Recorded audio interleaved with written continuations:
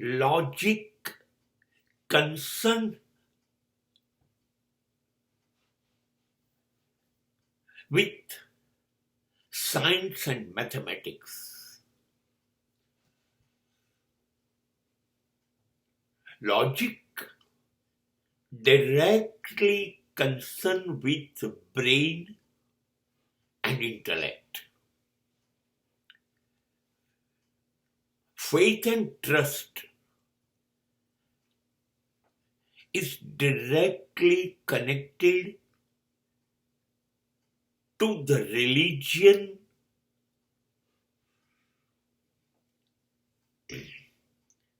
or spiritualization. Both are of a different field.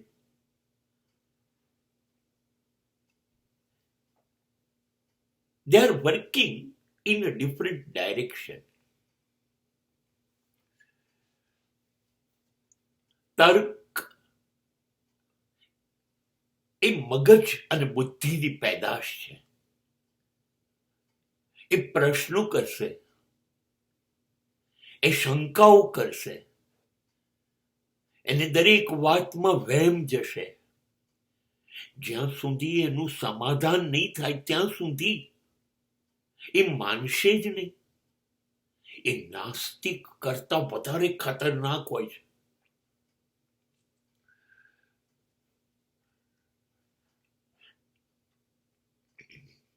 દલીલ દલીલ દલીલ, પુરાવા પુરાવા પુરાવા, તારણો અને કારણો એટલે તર્ક. આ બધું ગણિતમાં હોય, વિજ્ઞાનમાં હોય, ધર્મમાં ન હોય. આ વૈજ્ઞાનિકોની, આ ગણિત શાસ્ત્રીઓની વાત છે. અત્યંત બુદ્ધિશાળી લોકોની વાત છે. તમે પૂછશો કે દુનિયા કોણે બનાવી, એ પૂછશે તો તમે કહેશો ઈશ્વરે. તો દુનિયા બનાવનાર ઈશ્વર છે, તો ઈશ્વરને કોણે બનાવ્યો?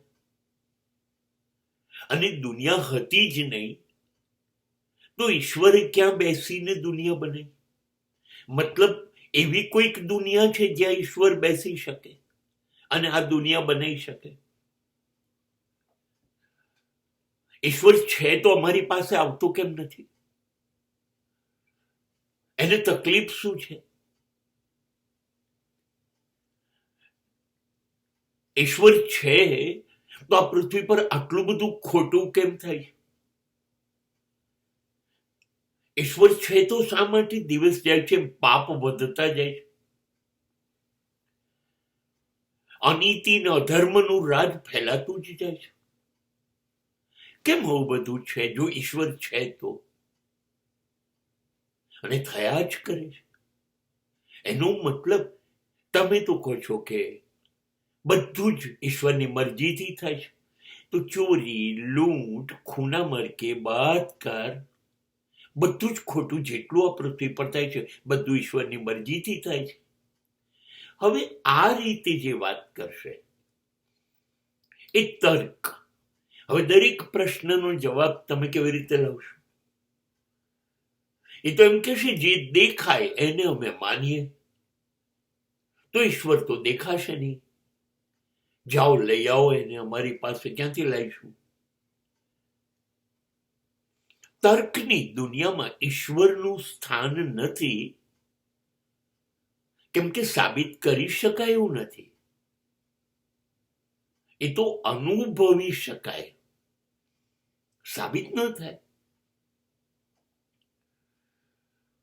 જ્યારે શ્રદ્ધા એ તર્કથી વિરુદ્ધની દુનિયા છે.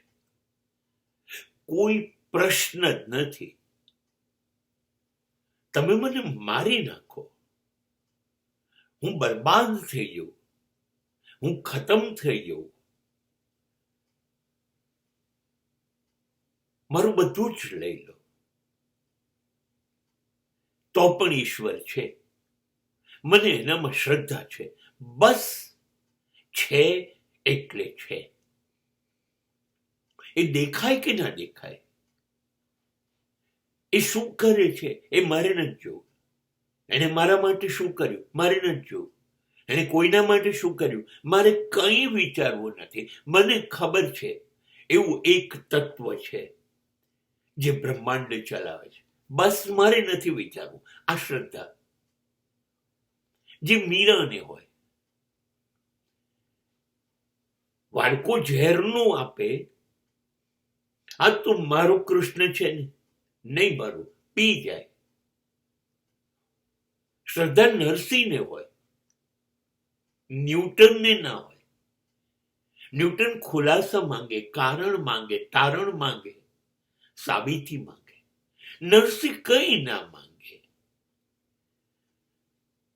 એ તો હાથ ઉપર કરીને કે મારી લાજ નથી જવાની, તારી જશે જો તું મારું ધ્યાન નહીં રાખે તો. આમ શામાશાનો વિવાહ થઈ જાય નરસિંહની ગેરહાજરીમાં. કુંવરબાઈનું મામેરું ભરાઈ જાય. નરસિંહ કશું ન કરે તોય. નરસિંહ હુંડી લખે, 1 રૂપિયો નથી, અને દ્વારકામાં સ્વીકારી જાય. કેવી રીતે, કેટલી શ્રદ્ધા. હું લખું છું એટલે એ પૈસા આપી જ દેશે, જાઓ દ્વારકા. કુંવરબાઈને વચન આપી દે દીકરીને, હું આવીશ બેટા અને તારો વ્યવહાર થશે. થઈ જાય. પોતે આખી રાત હરિજન ના ઝૂંપડાઓમાં ભજન કરે અને સવારે શામાશાનું લગ્ન પતી ગયું હોય. આ શ્રદ્ધા છે. તારો ભગવાન છે? હા છે. હા તો આ હોળીમાં બેસી જા, આગમાં. તારો ભગવાન હશે તો બચાઈ જશે. અને પ્રહલાદ બેસી જાય. આ શ્રદ્ધા છે. શ્રદ્ધાને બિલકુલ સામે મોત દેખાતું હોય, હાર દેખાતી હોય, પરાજય દેખાતી હોય, અંધારું જ અંધારું અંધારું, કોઈ રસ્તો નહીં. અને તોય શ્રદ્ધા ડગે નહીં, હાલે પણ નહીં. એ શ્રદ્ધા, એ ભક્તિ માર્ગ છે. એ ભક્તિ માર્ગ છે. એ ધર્મ છે.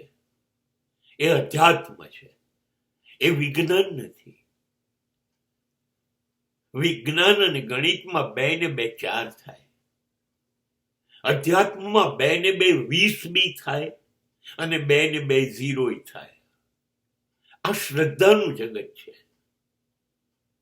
જલન માત્રી કરીને અમદાવાદના એક શાયર, એમણે એવું નાનકડું મુક્તક લખ્યું હતું, કાવ્ય લખ્યું હતું. શ્રદ્ધાનો હોય વિષય તો પુરાવાની જરૂર નથી. ગીતામાં ક્યાંય કૃષ્ણની સહી નથી. બાઇબલમાં જીસસના ઓટોગ્રાફ નથી. અને કુરાનમાં મોહમ્મદના ક્યાંય હસ્તાક્ષર નથી. જો શ્રદ્ધાનો વિષય હોય તો. મોહમ્મદના હસ્તાક્ષર નથી તો ઇસ્લામ કુરાનને માને છે. જીસસનો ઓટોગ્રાફ નથી તો ખ્રિસ્તીઓ બાઇબલને માને છે. અને સમસ્ત હિન્દુ ધર્મ ગીતાને માને છે. ને ગીતામાં ક્યાંય કૃષ્ણના હસ્તાક્ષર નથી.